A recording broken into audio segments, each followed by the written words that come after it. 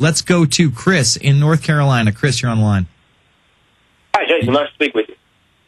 Thank you, sir. Hey, just wanted to make sure that we were all on the same page. When I was listening to Luke, I tuned in just a few minutes ago, and did I understand correctly that the police there received a text message from anarchists, in air quotes, saying F the police?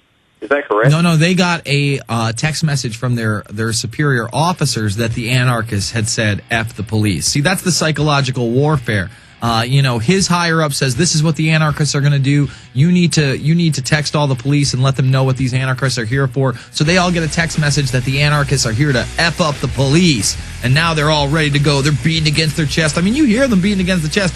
Some of them aren't that bad. A lot of them are rabid animals. Hold over, Chris. I'll get your opinion. It's the Infowarrior.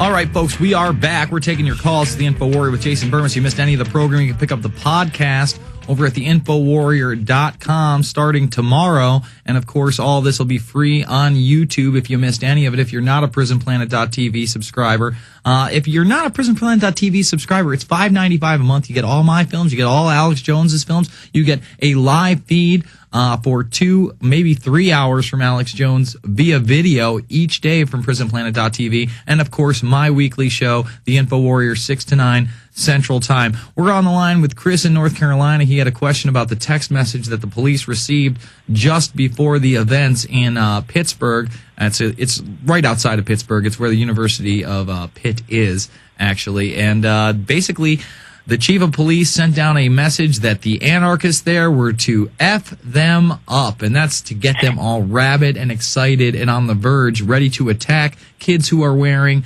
a peace flag as a cape. Yeah, let's attack a 120-pound-year-old or 120-pound kid who's 19 years old in glasses and on a bicycle. That seems like justice to me, Chris.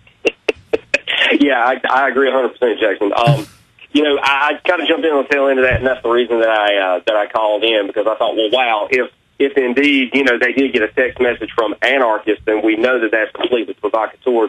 But it's always... Well, Chris, hold on. Let me say this. If you missed some of the show, Cindy Sheehan tried to go to the quote-unquote anarchist meeting on Tuesday night to see what they were up to and, offer her help if they were legitimate, and they kicked her right out. So what that tells me is, yeah, a lot of these kids are probably just well-meaning idiots. They want a cause. They want something to do. But those at the top know they can't have an influence like Miss Sheehan there if they want to rally them to violence. And the reason they're trying to rally them to violence is so that they can provocateur a situation where militarized police come in and attack the crowd. I didn't really see any anarchists get arrested. Okay? You want to know who I saw get arrested? I interviewed a young girl at the first protest who had a sign that said, "Smack an anarchist." And I went up to her and I said, "Well, what's this mean?" And she said, "Look, I'm all for free speech. I understand why people are amassing against the G20. I don't like it either. But why are these people in all black, covering up their identity, getting ready to destroy things? They're setting us up for failure." And she's the one who gets arrested. Again, a girl probably under 100 pounds with a good message. She's the one that gets put in twist ties. They also arrested some guy who had a sombrero on and a Walt Clyde Frazier Knicks jersey. This guy hadn't done anything. I can't even believe it.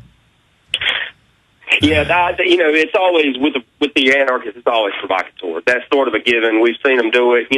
Seattle. We saw them do it up in Banff, Canada. It's always the same thing.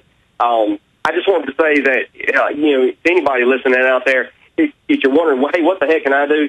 Drop $6 a month and get a Prison Planet membership. Get all the movies and burn copies and give them to people. You know what I'm saying? Like, one thing that might speak to one person might not speak to another.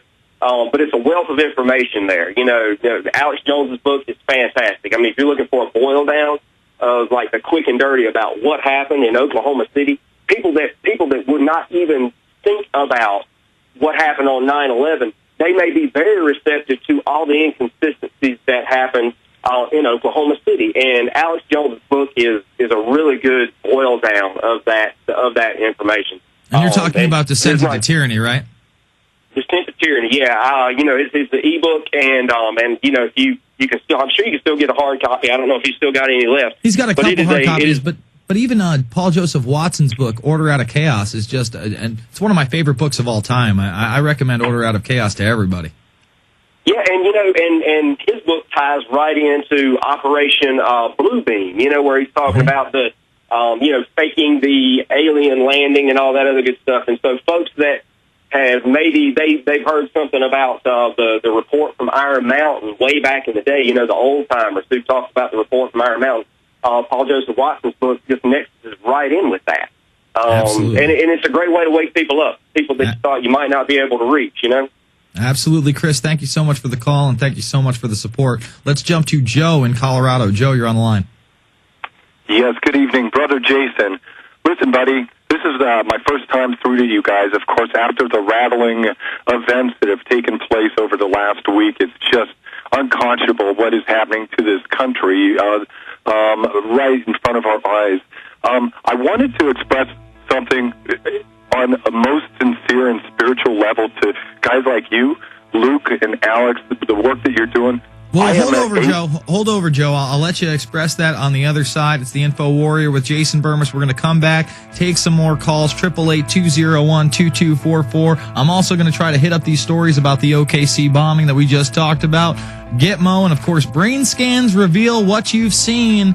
It's not science fiction. It's coming now.